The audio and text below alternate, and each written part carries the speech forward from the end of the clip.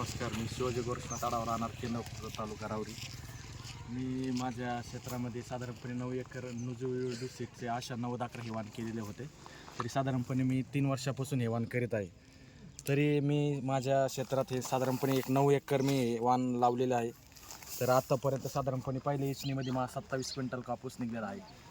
आणि अजून पण साधारणपणे माझ्या प्रत्येक झाडाला सरासरी 100 ते 105 बोंड आत्ता परिपक्व झालेले आहे. आणि अतिशय चांगलं वाण आहे आणि रोगालासुद्धा अतिशय म्हणजे कमी बळी पडत.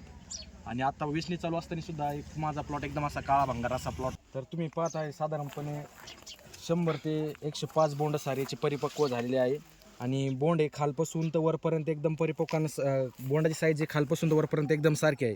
आणि एवढे बोंड साधारणपणे 100 बोंड असून सुद्धा हे साधारणपणे वाण अजिबात म्हणजे असं ते नाही का वजनाने अजिबात झुकलेलं नाही का काय नाही, म्हणजे एकदम त्याचा बांध आहे, म्हणजे आपण काय म्हणतो फांटे एकदम मजबूत आहे ना, अजिबात त्याची मोडतोड झालेली नाही की एकदम हे.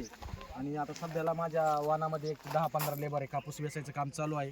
आणि त्यांची पण ह्या वाणाबद्दल प्रतिक्रिया घेतली. त्यांचं म्हणणं असं येतं शिवभाऊ की आम्ही हे आपलं जे दुसऱ्या वावरात आपण जे दुसऱ्या कंपनीचं केलेलं होतं त्याच्यापेक्षा हे वाण निश्चित वजनदार आणि वेचायला सुद्धा अतिशय सोपं आहे हे वाण.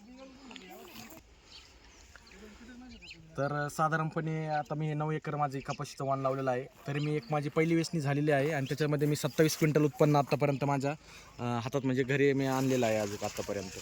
आणि माझा एक अंदाज असा आहे की अजून दिवाळीला 1 महिना अजून बाकी आहे समजा, आणि ते दिवाळीपर्यंत हे आपले पूर्ण कापूस वेचून होऊन सगळं कापूस सुरक्षितरित्या घराचा माझ्या हातात आलेला राहील हा कापूस. मी सर्व शेतकऱ्याला मी सांगू इच्छितो की माझं हे आत्तापर्यंत मी जे 9 एकर कपाशी लावलेली आहे, या 9 एकरात मी साधारणपणे माझा असा अंदाज आहे की मी 100% याच्यात 200+ क्विंटल कापूस उत्पादन 100% याच्यात घेणार आहे. आणि मी प्रत्येक शेतकऱ्याला एक विनंती करतो की तुम्ही सुद्धा ही आशा वाण पुढच्या वर्षी आपल्या क्षेत्रामध्ये सर्वात जास्त शक्य होईल तेवढं जास्त प्रमाणात लावावं, असं मी तुम्हाला विनंती करतो. धन्यवाद.